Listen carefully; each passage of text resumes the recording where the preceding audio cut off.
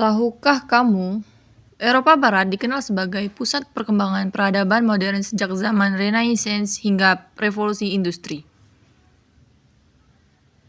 Negara-negara seperti Prancis, Jerman, dan Belanda telah lama menjadi pemain utama dalam sejarah dunia, termasuk dalam penjajahan dan perdagangan global.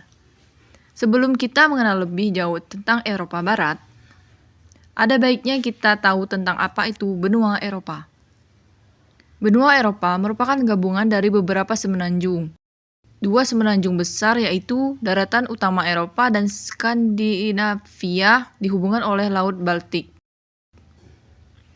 Tiga semenanjung lebih kecil yaitu Iberia, Italia, dan Balkan berada di bagian selatan menghadap Laut Mediterania.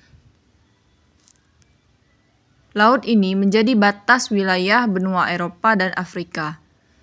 Di bagian timur, daratan utama Eropa yang luas tampak seperti mulut cerobong asap. Letak astronomis benua Eropa yaitu terletak antara 35 derajat lintang utara hingga 71 derajat lintang utara dan 10 derajat bujur barat hingga 66 derajat bujur timur. Secara geografis, benua Eropa terletak di sebelah barat benua Asia. Benua Eropa merupakan semenanjung bagian barat benua Asia yang dibatasi oleh rangkaian pegunungan Ural. Mari kita mengenal Eropa Barat. Eropa Barat terdapat 9 negara yaitu Belanda, Perancis, Swiss, Austria, Jerman, Belgia, Luxembourg, Liechtenstein, Monaco. Benua Eropa Barat merupakan bagian dari benua Eropa yang terletak di sebelah barat Laut Eropa. Wilayah ini memiliki luas wilayah yang cukup besar dan memiliki beragam karakteristik geografis, sejarah, dan budaya yang unik. Dengan beragam negara yang memiliki perbedaan bahasa, budaya, dan sejarah, Eropa Barat menjadi salah satu destinasi wisata populer bagi turis dari seluruh dunia. Selain itu, wilayah ini juga memiliki kekayaan alam yang sangat beragam, seperti pegunungan, sungai, danau, hutan, serta pantai yang menakjubkan. Relief dan geologi Eropa Barat memiliki relief yang sangat bervariasi, mulai dari pegunungan, dataran rendah, hingga lembah sungai yang subur. Selain itu, Eropa Barat juga memiliki banyak sungai besar, seperti Sungai Rhine, Sungai Rhône, dan Sungai Loire di Prancis, yang memainkan peran penting dalam sejarah, transportasi, dan pertanian wilayah tersebut. Dataran rendah di Belanda juga dikenal dengan istilah Low Countries, merupakan hasil dari proses polderisasi yang mengubah wilayah rawa menjadi lahan pertanian yang subur. Ada fakta menarik nih. Di Eropa Barat, tidak ada titik yang berjarak lebih dari 500 km dari laut. Juga mempunyai coastline yang panjang dan banyak pelabuhan alami. Mari kita bahas relief dan topografi.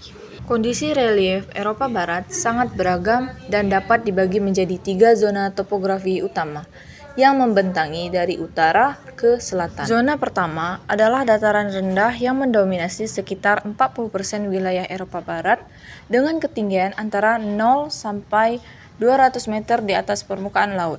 Dataran rendah ini meliputi wilayah Belanda, Belgia, Jerman bagian utara dengan karakteristik relief yang sangat datar hingga bergelombang landai. Zona kedua adalah wilayah pegunungan tengah yang mencakup sekitar 30% wilayah dengan ketinggian antara 200 sampai 1000 meter di atas permukaan laut.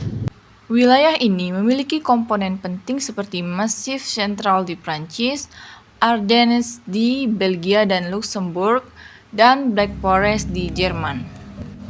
Pegunungan-pegunungan ini merupakan pegunungan tua dari era Paleozoikum yang telah tererosi selama jutaan tahun, dan secara historis merupakan sumber mineral penting seperti batu bara dan besi yang menjadi motor revolusi industri.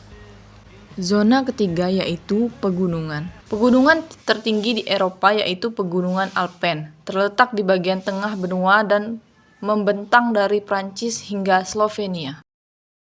Pegunungan ini memiliki pengaruh besar terhadap iklim dan cuaca di wilayah sekitarnya, serta menjadi salah satu tujuan wisata alam yang populer.